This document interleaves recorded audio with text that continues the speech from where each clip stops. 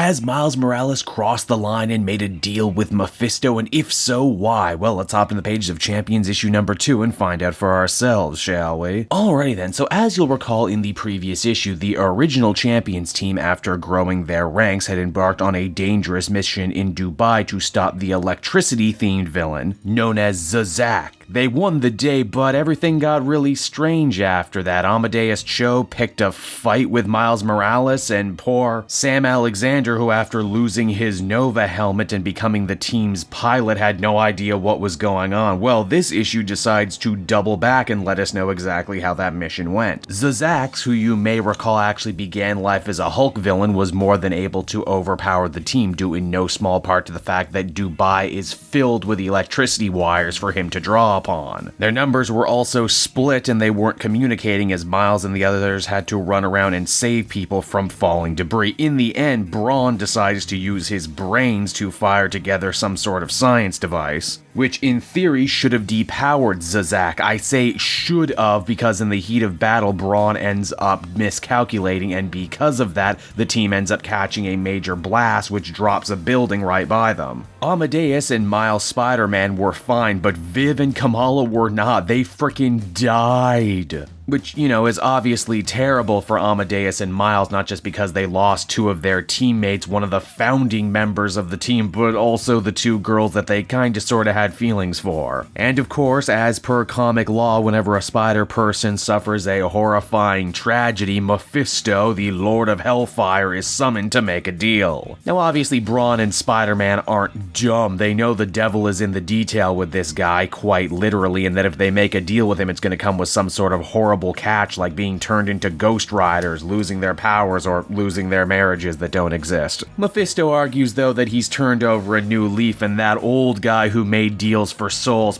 that was so 5 minutes ago. I'm a new demon. In fact, if you make a deal with me right now, I won't even go through the whole resurrecting the dead thing. I'll use my amazing powers to turn the clock back before the fight even started. Brawn and Spider-Man would have all the knowledge in the world of what went wrong in the fight, and they could use that knowledge to save the day this time. Amadeus, heartbroken, still vehemently disagrees, but Miles on the other hand jumps the gun and makes that deal for him, and as such, time is rewound. With this knowledge of the future in hand, the good guys are able to pull together, perfect the device, and ultimately defeat Zazax. Kamala and Viv live this time, and they don't even know how close they came to dying, but Miles knows, and Amadeus certainly knows, which is why Brawn was all up in Spider-Man's face at the end of the previous issue. Miles knows that he did wrong too, which also explains why he was so tortured when we saw him last, and he doesn't even know what us as the reader find out by the end. And that is that one of the people he ended up saving before time was rewound actually ended up dying now.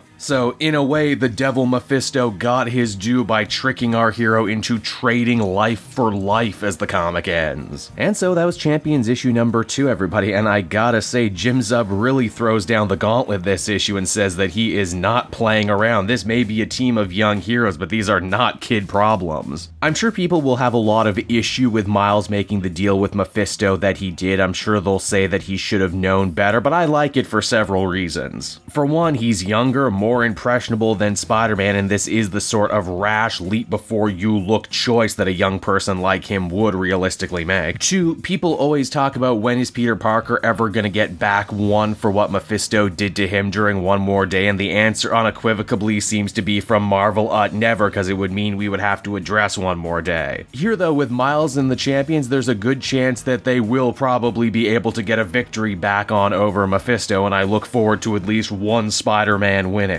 Moreover than that, I gotta say, Mephisto's plan is so wonderfully, deliciously evil here. Sure, he didn't ask for a soul because he didn't need it to get what he wanted. Once the rest of the team inevitably finds out about what Miles did, that's gonna drive a huge wedge between them, potentially even break up this new young super team that was doing so much good in the world. So in the end, if that happens, Mephisto gets what he wants. It's the kind of classic old-timey supervillain scheme you just don't see anymore, and I appreciate it for that. For all all those reasons and more, I give this issue an 8.5 out of 10. What a good time. Hey there everyone, it's your old pal Cape Joel, and I want to thank you so much for watching to the end of the video. I hope you enjoyed it, and if you did, why not check out some of this other comic content I have available for you. Then you can follow me on Twitter and Facebook at Cape Joel, so you're always up to speed on what I'm doing next. And hey, if you're in the market for some comic books for yourself, might I recommend buying your trades through my book depository link down in the description. Not only will you save a bundle by not having to pay anything for shipping or handling, but